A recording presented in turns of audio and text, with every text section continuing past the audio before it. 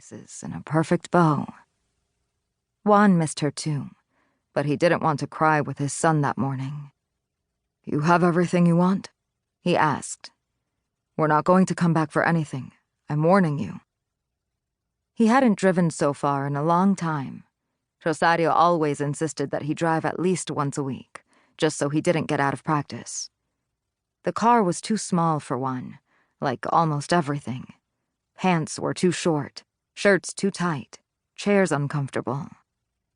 He checked to be sure the Auto Club's guide was in the glove box, and they set off. "I'm hungry," said Gaspar.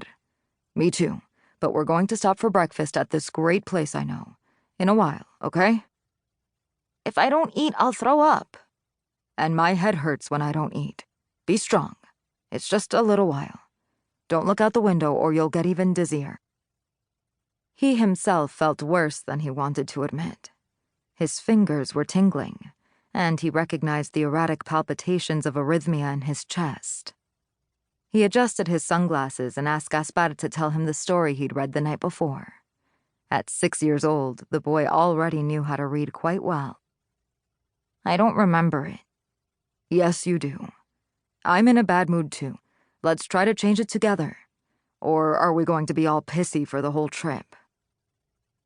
Gaspar laughed at Juan's use of the word pissy. Then he recounted the story of the Jungle Queen, who sang while she walked through the trees. Everyone liked to listen to her. One day some soldiers came and she stopped singing and became a warrior. The soldiers caught her and she spent a night locked up. And then she escaped. But to escape, she had to kill the guard keeping watch over her. No one could believe she was strong enough to have killed him because she was very thin.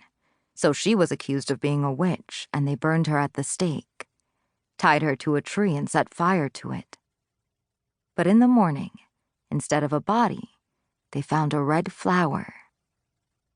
"A tree of red flowers?" "Yeah, a tree." "Did you like the story?"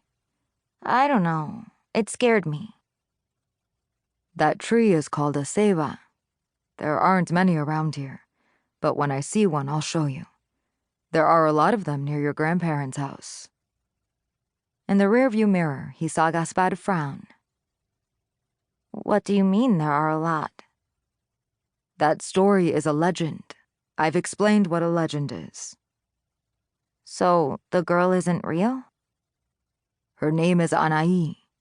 Maybe she did exist, but the story about the flowers is told to remember her, not because it really happened."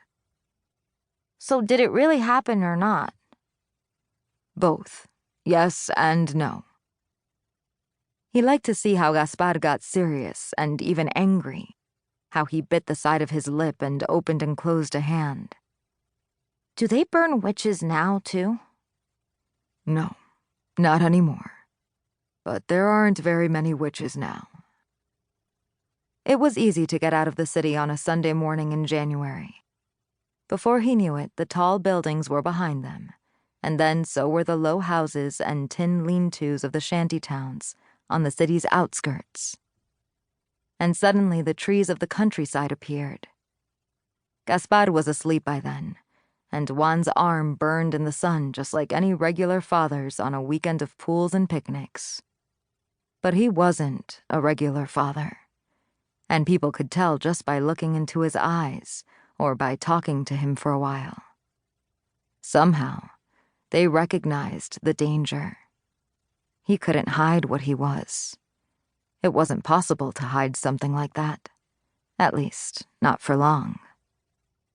He parked in front of a cafe advertising hot chocolate and croissants. "Time for breakfast," he told Gaspar, who woke up immediately and rubbed his enormous, slightly distant blue eyes. The woman who was cleaning the tables gave the impression she owned the place, and of being friendly and gossipy.